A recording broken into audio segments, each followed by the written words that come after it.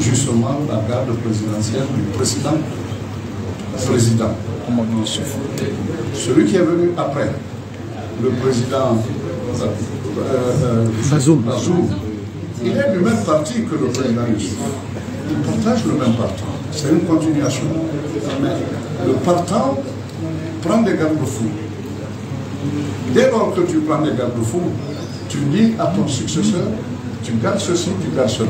Ça a été le cas du premier ministre de Bazoum. Ça a été le cas du ministre disons, de la garde présidentielle. Tout cela est une réalité.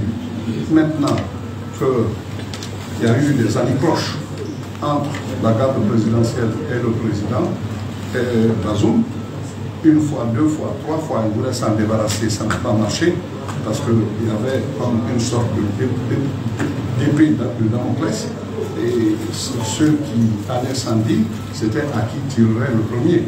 Voilà comment il a été renversé.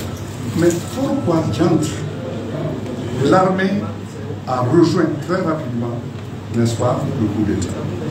Analysons un peu cela. Analysons cela. Et quand on analyse ça, on verra encore des profondeurs de cette crise. Quant à la CEDEAO, soyez sûrs que les méthodes sont rodées là-bas, étaient rodées, disons. Mais, il fallait d'abord que la CEDEAO n'emploie pas le mot usage de la force dès le début. C'est une trame.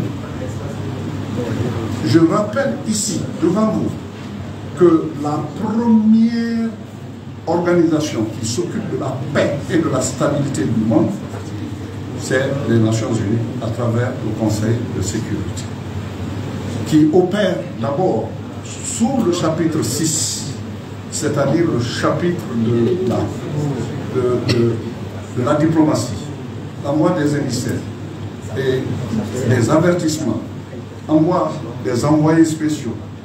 Quand cela ne marche pas, on monte d'un cran en mettant le pays sous embargo.